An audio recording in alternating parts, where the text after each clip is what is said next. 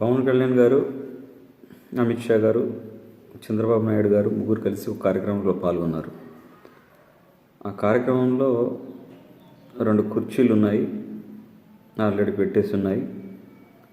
అమిత్ షా గారు, చంద్రబాబు నాయుడు గారు కూర్చునేందుకు వీలుగా ఉంది. పక్కనే ఉండి పవన్ కళ్యాణ్ గారు అలా నిలబడి చూస్తున్నారు.